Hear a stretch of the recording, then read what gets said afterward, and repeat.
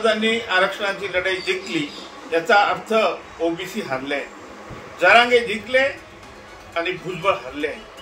सरकारने एक तर जरांगेला फसवलाय किंवा ओबीसीला फसवलंय। आरक्षण जर मराठा समाजाला ओबीसी मधून हैदराबाद गॅजेट लावून जीआर काढून अशा पद्धतीने मागच्या दराने जर ओबीसी करणं चालू असेल तर हे परमनंट भटके विमुक्त छोट्या छोट्या जाती यांच्या आरक्षणावर डल्ला मारण्याचा हा मोठा डाव होता। समाजांनी आरक्षणाची लढाई जिंकली याचा अर्थ ओबीसी हरले, जरांगे जिंकले आणि भुजबळ हरले।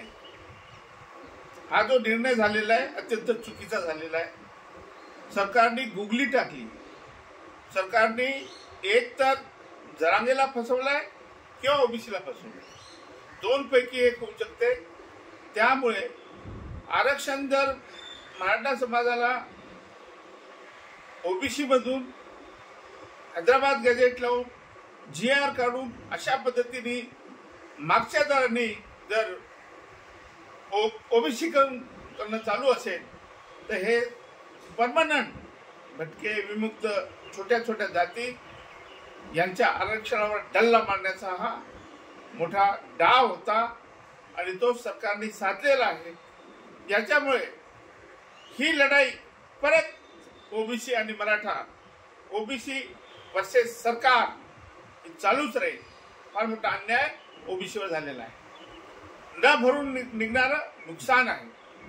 मागच्याही वेळेस जरांगे पाटलांना असंच या लोकांनी शेंडी लावली म्हटलं तरी चालेल, मूर्ख बनवलं म्हटलं तरी चालेल। याही वेळेस तेच केलंय सरकारने। एक तर ते झालं असेल किंवा ओबीसीवर अन्याय झाला, ओबीसीला धक्का लागू देणार नाही म्हणणारं सरकार, जे ओबीसी आपला डीएनए आहे म्हणणारं सरकार ओबीसीला प्रचंड भूकंपाचा धक्का दिलेला आहे आणि हे कधी ओबीसीचं न भरून निघणारं नुकसान आहे, राजकीय नुकसान होणार आहे। छोट्या छोट्या जातींचं तुम्ही आरक्षणाचं हडप करण्याचा हा कारस्थान सरकारने केलेला आहे। आणि म्हणून मी म्हणत होतो की तुम्ही कर्पूरी ठाकूर फॉर्म्युला लावा, एबीसीडी करा, त्यांना वेगळं आरक्षण द्या। माझं कोणी लक्षात घेतलं नाही। आता ओबीसीने समजून घ्यावं की हा मोठा अन्याय एक प्रकारचा सरकारने डाका टाकलेला आहे ओबीसीच्या आरक्षणावर आणि तसंही हे टिकणार नाही।